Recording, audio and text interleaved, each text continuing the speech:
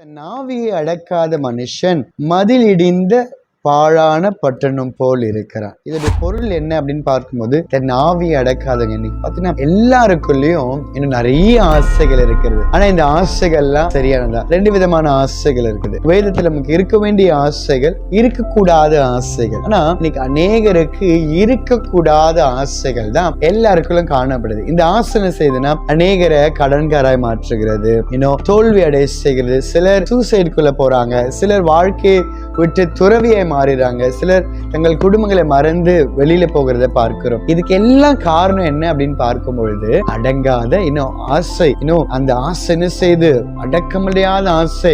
எதை செய்யணும் அதை செய்யணும் அப்படின்னு சொல்லி கடன்களை வாங்க வைக்கிறது, அதற்காக தேவையில்லாத நபர்களோடு சேர வைக்கிறது, அதற்காக தேவையில்லாத தீய பழக்கங்களுக்குள்ள போகிறோம். இது எவ்வளவோ இம்பாக்ட் நமக்கு கொண்டு வருது. நம்முடைய ஆவியை அடக்கணும். ஆவியில அநேக காரியங்கள் நமக்கு என்னதான் சிந்தனையில நமக்கு வந்தாலும் அது ஒரு பெரிய போராட்டம்.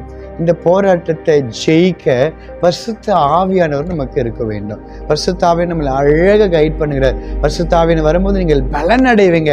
இந்த பலன் என்ன செய்யணும்? நம்முடைய ஆவியில ஒரு பலனை கொடுக்குமா? என்ன மாதிரியான பலன்?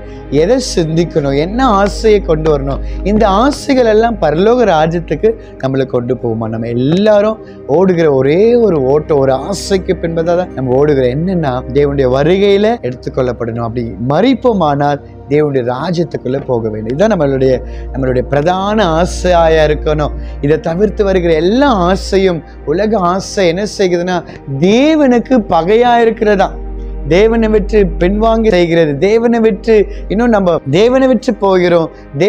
தேவனல்லாத காரியத்துல சிக்கொண்டு நம்ம என்ன செய்யணும்? சோதிக்கப்படுகிறோம். அதன் பின்பதாக ஐயோ எதை செஞ்சுட்டேன், அதை செஞ்சுட்டேன் அப்படின்னு சொல்லி சில நேரங்களில் பாவங்களுடைய விளைவு என்ன செய்கிறதுனா மனுஷனுடைய வாழ்க்கையை துளைத்து விடுகிறது. மனுஷன் என்ன செய்கிறான்? அப்படியே கூட இங்க நிம்மதி கிடைக்குமா, அங்க நிம்மதி கிடைக்குமான்னு சொல்லி பல இடங்கள்ல போய் திரிந்து கடைசியா ஐயோ எனக்கு எல்லாம் தோல்வி அடைஞ்சிருச்சு, என்ன செய்யணும்? நம்ம மாண்டு சாக வேண்டும் என்று சொல்லி மனுஷன் தன்னுடைய வாழ்க்கையை மாண்டு கொள்கிறான். சிறுவர்கள் பார்த்தீங்கன்னா, ஒரு 10th பையன் என்ன செய்யறான்? நிறைய மார்க் எடுக்கணும்னு ஆசைப்படுறான். ஆனா அவன் எதிர்பார்க்காத மார்க் வராதனால அவன் என்ன செய்யுதுன்னா சூசைட் பண்ணிக்கிறான். இதெல்லாம் அடக்க முடியாது. அந்த ஆவியை அடக்காத ஆசை. அது நல்ல ஆசை தான், ஆனாலும் இதனால அந்த படிப்பு தான் அவங்களுடைய வாழ்க்கையா இல்லை.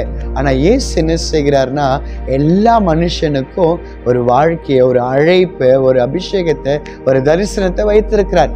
அந்த தரிசனத்தோடு இருக்கக்கூடிய ஆசைகள் நமக்கு இருக்குமானால் அந்த ஆசையை நிறைவேற்ற தேவன் நமக்கு உதவி செய்கிறவராக இருக்கிறார்.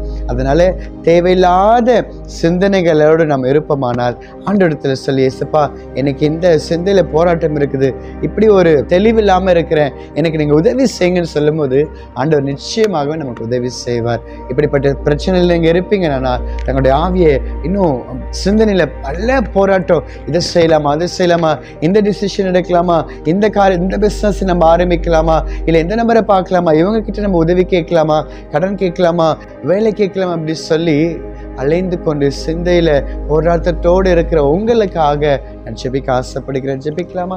எங்களை அதிகமாக நேசிக்கிற என் பரலோக தகப்பனே, அருமையான வேலையில கூட ஆண்டவரே இந்த ஆசையானது ஆண்டவரே உலக ஆசை தேவனுக்கு பகையா இருக்கிறது, விரோதமா இருக்கிறது. ஆண்டவரே இந்த நாட்களில கூட ஆண்டவரே அப்பா, இந்த ஆசையினால தங்களுடைய வாழ்க்கை இழந்து போனவங்களுக்காக நாங்கள் ஜெபிக்கிறோம். ஆண்டவரே அப்படிப்பட்ட சூழ்நிலை இருக்கிற ஒவ்வொருத்தருக்காக ஜெபிக்கிறோம். ஆண்டவரே நீங்க அவர்கள் யாவரையும் தொடுங்க, சந்திங்க, அவங்களுக்கு ஒரு நல்ல ஒரு வாழ்க்கையை கொடுங்க. ஆண்டவரே தோல்வியில இருந்தாலும் ஆண்டவரே எல்லாவற்றையும் இழந்து போன சூழ்நிலையில அவங்க இருந்தாலும் இந்த வேலையில கூட ஆண்டவரே நம்முடைய ஆவி அடக்காதிருக்கிறதான ஆண்டவரே ஒரு தகப்பனை இடிந்த பாழான பட்டணம் போல் இருக்கிற பாழான ஆண்டவரே வாழ்க்கையை தொலைத்திருக்கிற ஒவ்வொரு அன்பு சகோதர சகோதரிக்காக ஜெபிக்கிறோம். உங்களுடைய வாழ்க்கையின் சீயோனை நான் திரும்ப கட்டுவேன்னு சொன்னீங்களே, அப்படியே கூட இந்த பிள்ளைகளை எல்லாரையும் நீங்க கட்டும்படியாக ஜெபிக்கிறோம். அவங்களுடைய வாழ்க்கையில் நீ வைத்திருக்கிற ஒவ்வொரு திட்டங்களையும் ஆண்டவரே உங்களுடைய நோக்கத்தை எங்களை அறிந்து கொள்ள கிருபை தாங்கப்பா.